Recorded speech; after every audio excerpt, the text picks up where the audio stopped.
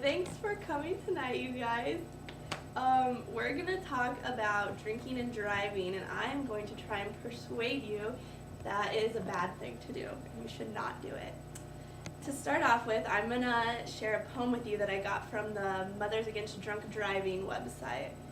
You've probably heard it before, but I'll read it to you again if you've already heard it. I went to a party and remembered what you said. You told me not to drink, Mom, so I had a Sprite instead.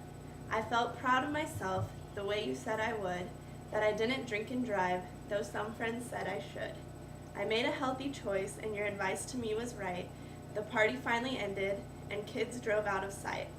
I got into my car, sure to make it home in one piece. I never knew what was coming, Mom, something I expected least. Now I'm lying on the pavement, and I hear a policeman say, the kid that caused this wreck was drunk.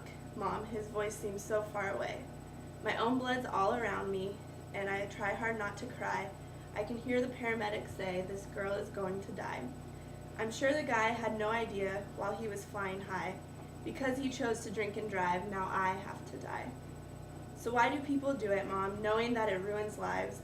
And now the pain is cutting me like 100 stabbing knives.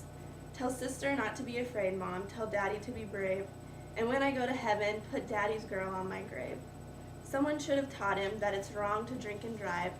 Maybe if his parents had, I would still be alive. My breath is getting shorter, Mom. I'm getting really scared. These are my final moments, and I'm so unprepared. I wish that you could hold me, Mom, as I lie here and die. I wish that I could say I love you, Mom. So I love you and goodbye. There have been many times in our lives when we've been out driving and people have been drunk driving around us and we don't even know it. And as college students, I think we run across it a lot more than some regular people would. So I think that it's our duty to make sure that if we choose to drink, that we should not get behind the wheel to drive. There's a lot of things you can do to have as alternatives that could save your lives and the lives of others, like the girl in the poem. Today, during the speech, I'm going to talk about the effects of alcohol on the reflexes that you need to drive, some statistics about fatalities in accidents involving alcohol, and then all your alternatives to get home safe after you've been drinking. So first, let's look at the effects of alcohol on the body. Alcohol affects each person's body different, but some effects are the same on every person. According to the National Institute on Alcohol Abuse and Alcoholism website, alcohol has damaging effects on the brain, such as difficulty walking, blurred vision, slowed reaction times, and memory impairment. When you're driving, you obviously need all these things. You need to be able to see clearly, you need to be able to react if something bad happens, and you need to have your memory so you know where to go to get home, obviously. And the amount of alcohol that you consume affects how much your brain is affected.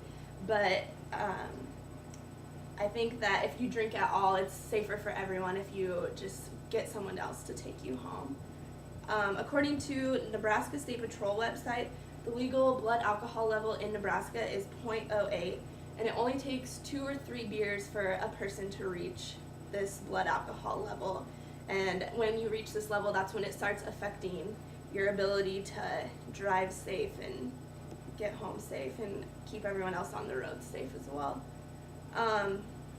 The blood alcohol level is law for a reason. It affects all those things you need to drive.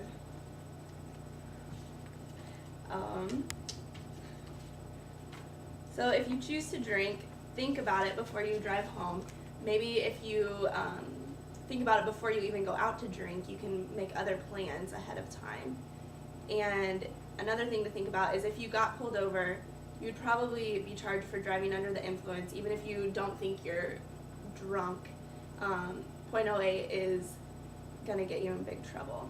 So now that we know the effects of alcohol on the body, let's talk about some statistics and fatalities that involve drunk drivers. According to the Mothers Against Drunk Driving website again, in 2008, an estimated 11,773 people in America died from drunk driving accidents involving a driver with an illegal .08 blood alcohol level or higher. These deaths constitute 31.6% of the total 37-some thousand total accidents in 2008. So that's a pretty big number, and when it's something so little as just a little choice to get a different ride home, that seems like something we should be able to change. According to DUIattorneyhome.com, drunk driving accidents claim the lives of people so much as 1 in every 39 minutes in America.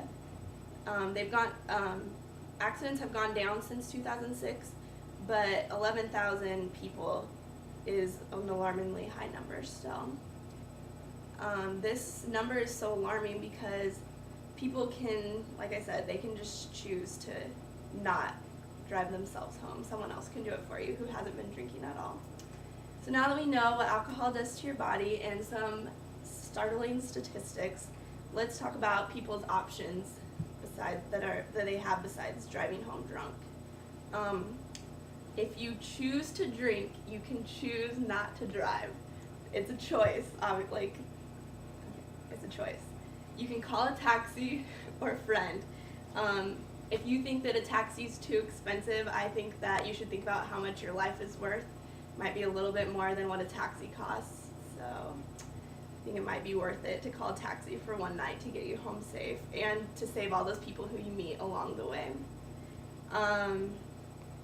Another choice for college kids at UNL is the 475 Ride program. You just call 475 Ride on your phone and someone can come get you at any time. They're sober drivers, so you have a better chance of getting home than if you drive yourself home drunk. If you're at your friend's house, you can probably convince them to let you crash on their couch for one night. It'll be okay. So those are a lot of the alternatives you have. The first step, like I said, is to just choose not to drive drunk and choose one of the other alternatives instead. So now that we've talked about what happens to your body after drinking, some statistics about fatalities involving drunk driving, and the alternatives you have, let's go ahead and wrap things up. As I've stated before, choosing easy alternatives can save your lives and the lives of others you meet along the way. So if you choose to drink, take the time to use one of these alternatives instead of getting behind the wheel. Alcohol affects your brain in a lot of ways that we might not notice if we've been drinking. You might think you're all right and you feel good and you're good to go, but people are going to think different if you get in an accident or get pulled over.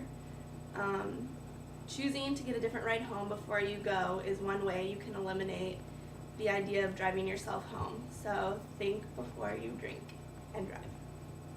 So next time you decide to go to a party, stop and remember the girl in the poem that I read to you at the very beginning. Make a plan ahead of time to get a ride home afterwards.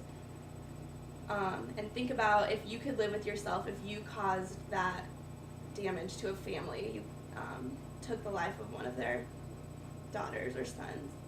You don't have to live with this if you just take the time to choose not to drink and drive.